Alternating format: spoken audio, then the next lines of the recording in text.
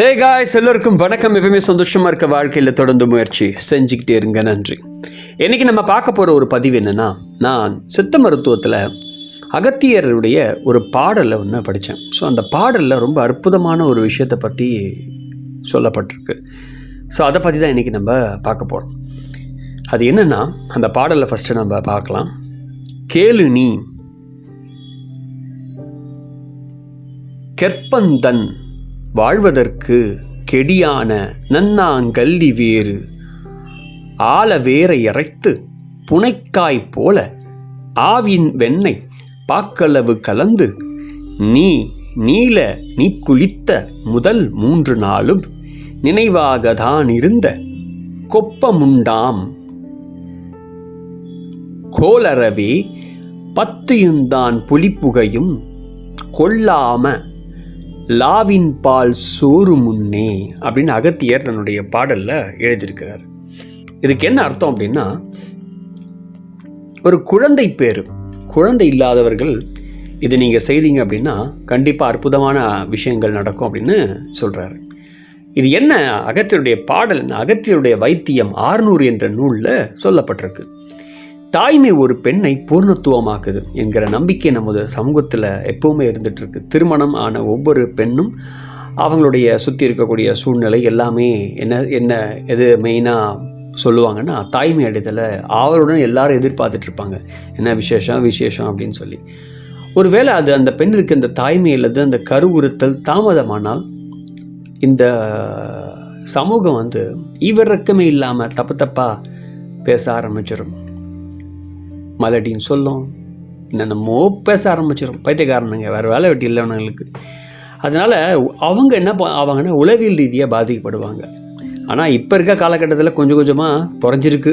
ஆனால் அது கொஞ்சம் சொசைட்டி கொஞ்சம் வளர அறிவு வளர அந்த முட்டா பசங்கிட்டேருந்து கொஞ்சம் தப்பிச்சு கொஞ்சம் விழிப்புணர்வு இருந்திருக்கு அப்படின்னு நான் நினைக்கிறேன். நல்லது.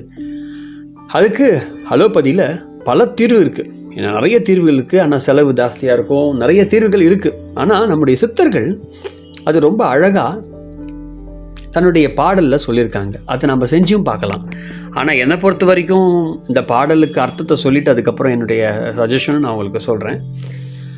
கர்ப்பம் தரிக்காத பெண்களுக்கு மாதவில் அந்த பீரியட்ஸான 3வது நாள் அன்னைக்கு தலை முழுகி அதற்கு மறுநாள் 4th டே தொடர்ச்சியாக ஒரு 3 நாள் நன்னாங்கள்ளி வேற அரைச்சி புனைக்காய், அதாவது புன்னைக்காய் அளவு அப்படின்னு சித்தர்கள் பாடலில் சொல்லுது.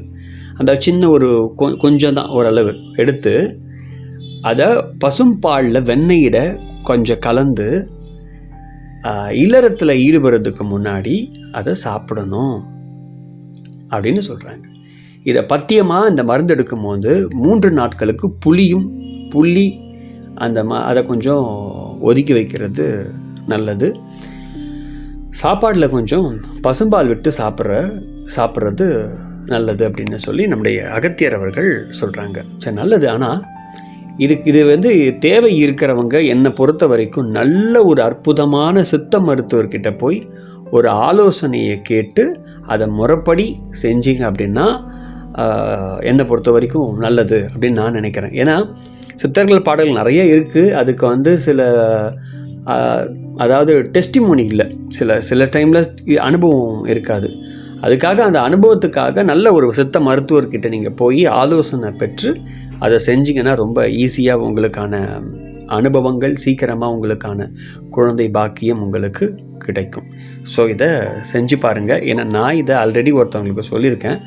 அந்த நன்னாங்கல்லி அப்படின்னு சொல்கிறோம். அந்த நன்னாங்கல்லி அப்படின்னா என்ன அர்த்தம் அப்படின்னா, அதை என்ன சொல்கிறாங்க, நம்முடைய ஆங்கிலத்தில் என்ன சொல்கிறாங்கன்னா இந்தியன் சரஸ்பரிலா அப்படின்னு சொல்கிறாங்க.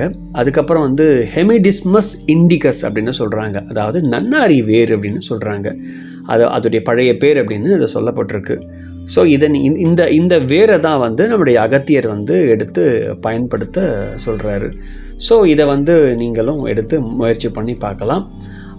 இதை ஒரு நல்ல ஒரு வைத்தியர்கிட்ட, சித்த மருத்துவர்கிட்ட ஆலோசனை பெற்று செஞ்சிங்கன்னா நல்லது என்பது என்னுடைய கருத்து. நம்ம இஷ்டத்துக்கு நம்ம செஞ்சு சாப்பிட்றது என்னை பொறுத்தே நல்லதில்லை. ஏன்னா யூடியூப்பில் எதை வேணால் கண்ட கருமத்தை போடுவோம் எல்லாம். இதை பண்ணுங்கள், அதை பண்ணுங்கள். எக்ஸாம்பிள் சொல்கிறேன். என்னுடைய வீடியோவில் யாரோ ஒருத்தவங்க வீடியோவை என்னுடைய சிஸ்டர் என்ன பண்ணுறாங்க பார்த்துருக்காங்க. பார்த்துட்டு அதில் இஞ்சியை பற்றி எப்படி சாப்பிட்ணும் முறையை சொல்லியிருக்காங்க. அதே மாதிரி அந்த முறையை சாப்பிட்ருக்காங்க. சாப்பிட்டுட்டு என்ன ஆச்சுன்னா அல்சர் வந்து வயிற்றுலாம் புண்ணாகி அதுக்கப்புறம் ஒரு அவங்களுடைய வெயிட்டு பார்த்திங்கன்னா 30-35 கிலோ விட குறைஞ்சி போய் சாப்பிட முடியாமல் ரொம்ப கஷ்டப்பட்டு ரொம்ப வேதனைக்குள்ளாயிட்டாங்க. ஸோ அதனால தான் நான் சொல்கிறேன், தயவுசெய்து யூடியூப்பில் எதை போட்டாலும் தயவுசெய்து அதை அப்படியே ஃபாலோ, அந்த மாதிரி முக்கியமாக இந்த மாதிரி மருத்துவ சம்மந்தப்பட்ட விஷயத்தை போட்டால் தயவுசெய்து டக்குன்னு ஃபாலோ பண்ணாதீங்க. அதுக்கு ஒரு சித்த மருத்துவரோட ஆலோசனை பெற்று அதை மாதிரி பார்த்துட்டு அதுக்கப்புறம் நீங்கள் அதை செஞ்சிங்கன்னா நல்லது அப்படின்னு நான் நினைக்கிறேன். ஏன்னா நானும் அப்படி தான், ஏதாவது அந்த சித்தர்கள் பாடல்கள் எதாவது படித்தேன் தெரிஞ்சுக்கிட்டேன் அப்படின்னா நான் என்ன பண்ணுவேன்னா, நிறைய சித்த மருத்துவர்கள் இருக்காங்க. உண்மையாகவே சொல்லப்போனால் இப்போ கரண்ட்டில் படித்து முடிச்சுட்டு வர்ற மருத்துவர்களை விட ஒரு 30 வருஷத்துக்கு முன்னாடி இருந்த மருத்துவர்கள்லாம் இருக்கிறாங்க, வயசானவங்களாம். அவங்கள நான் கொஞ்சம் எனக்கு 2-3 பேர் தெரியும். ஸோ அவங்கக்கிட்ட போய் இந்த பாடல்லாம் சொல்லுது, இந்த மூலிகை சொல்லுதுன்னு சொன்னால் அவங்களுக்கு அதுக்கு இன்னொரு பேர் தெரியும், அதை அவங்க சொல்லுவாங்க. சரி ஓகே இதை பண்ணலாமா வேணாமா அப்படின்னு எனக்கு ஒரு ஐடியா வந்துடும். அதுக்கு அவங்க சஜஷன் பண்ணுவாங்க, பண்ணாத அப்படின்னு சொல்லுவாங்க.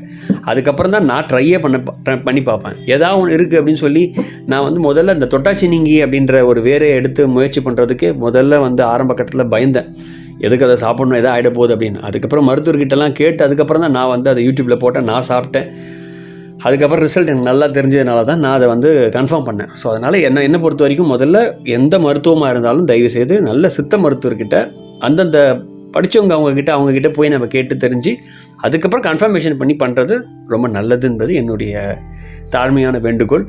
முயற்சி செய்து பாருங்கள். நானும் இந்த மருத்துவத்தை வந்து சில நேரத்தில் இது சில உடம்புக்கு வாத பித்தம் கபத்துக்கு ஏற்ற மாதிரி சமநிலையிலன்னா சம்டைம் எல்லாம் மாறிடும், உடம்புல வந்து ஏற்றுக்காது, அதனால் பாதிப்பு உண்டாகும். அதனால் கேட்டு செஞ்சால் நல்லது.